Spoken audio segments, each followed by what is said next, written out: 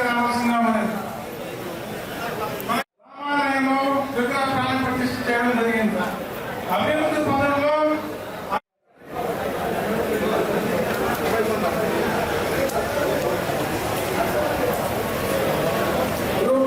కూడా వేదికలు రావాల్సిందిగా ఉన్నది. అభివృద్ధి పదంలో భారతదేశంలో శ్రీకృష్ణ పరమాత్మను నిర్మించిన సాక్షాత్మైన సముద్ర భూగర్భంలోకి వేసి సముద్రం కూడా ఆలోచించుకోవాల్సిన విషయం. ఇదే ఈ వయసులో మినహాయించి ఎంతవరకు దోషుల్ని దాడి చేస్తున్న అంశాన్ని గారికి రాష్ట్ర స్థాయి ప్రౌఢి సురేందర్ రెడ్డి గారి కలవటం అయితే ముందుగా ఆలస్యంగా వచ్చినందుకు ఇప్పుడు తెలుగుదేశం పార్టీ జనసేన బీజేపీ కలిసి ఈరోజు ఈ రాష్ట్రంలో కంటెస్ట్ చేస్తున్నాం. 2014 నుంచి 19 దాకా తెలుగుదేశం ఎన్డీఏలో భాగం. అప్పుడు ఈ రాష్ట్రంలో అనేక డెవలప్మెంట్స్ చేసాం. అందులో భాగంగా నెల్లూరులో కూడా డెవలప్ చేసాం. నెల్లూరులో డెవలప్ చేసామంటే ఆ రోజు సెంట్రల్లో ఎన్డీఏ ఉండడం, ఎన్డీఏ సహకరించడం. ఇప్పుడు 43,000 ఇళ్ళు పేదల నిరుపేదల కోసం కట్టాము. 43,000 ఇళ్ళు నెల్లూరులో పేదల నిరుపేదలు కట్టాము. అనేక కార్యక్రమాల్లో కేంద్ర ప్రభుత్వం యొక్క సహాయం తీసుకోవడం జరిగింది. అండర్ గ్రౌండ్ డ్రైనేజ్ కావచ్చు 550 కోట్లతో, డ్రింకింగ్ వాటర్ ప్రాజెక్ట్ సంఘం బ్యారేజ్ 550 కోట్లు.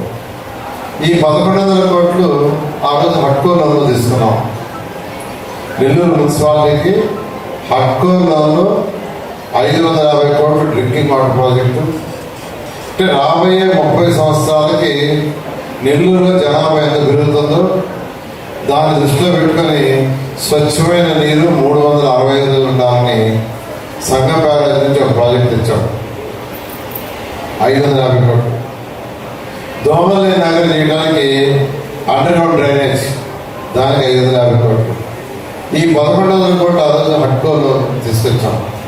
అయితే ఆ రోజు కేంద్ర ప్రభుత్వం అనుమతి వచ్చింది.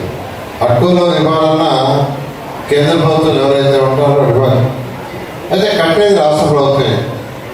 ఇలా యాక్చువల్గా అనేక పనులు ఏదైతే ఈరోజు నెల్లూరులో అండర్ గ్రౌండ్ డ్రైనేజ్ కావచ్చు, డ్రింకింగ్ వాటర్ కావచ్చు, అంటే స్వచ్ఛాంధ్రలో చేసిన ఈ టాయిలెట్స్ కావచ్చు, అనేక ప్రాజెక్టులకి కేంద్ర ప్రభుత్వం కూడా సహాయం చేయడం జరిగింది.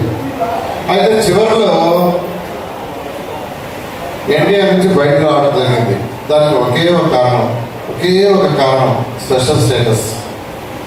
అంటే రీఆర్గనైజేషన్ యాక్ట్ 2014లో స్పెషల్ స్టేటస్ ఇస్తామని అనుకునింది. అది అడిగామప్పుడు అది ఇవ్వలేమో, ఎంటైర్ కంట్రీకి పాలసీ తీసుకున్నాం అన్నారు. భారతదేశం మొత్తం అన్ని రాష్ట్రాలకి ఏ రాష్ట్రాలకి స్పెషల్ స్టేటస్ ఫ్యూచర్లు ఇవ్వడం లేదని ఆ రోజు పాలసీగా తీసుకున్నారు ఎన్డీఏ గవర్నమెంట్.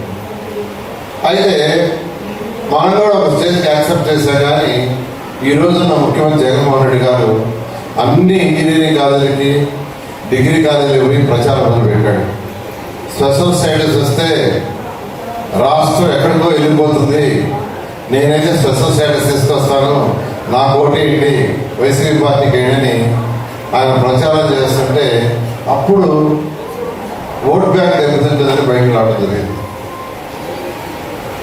అయితే ముందే బీజేపీ ఎన్డీఏ ప్రభుత్వం తీసుకున్నది, ఏ రాష్ట్రానికి ఇవ్వము, ఇంకా దానివల్ల నష్టం జరుగుతుంది కొన్ని రాష్ట్రాలకి.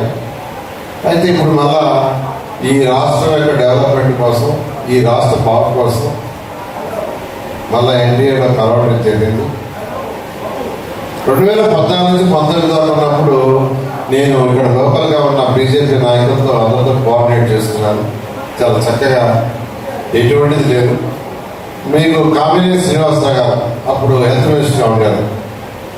నెల్లూరు జిల్లాకు సంబంధించి ఏదన్నా ఆయన చెప్పేవాడు బీజేపీ పలానా దానికి పలానా చేయాలా, మా కార్యకర్తలు వెళ్ళాలి. ఆయన ఏం చెప్తే చేశారు. దానికి అప్పుడు సాక్ష్యం అయిపోయింది. సురేందర్ టీవీలో ఉన్నారు.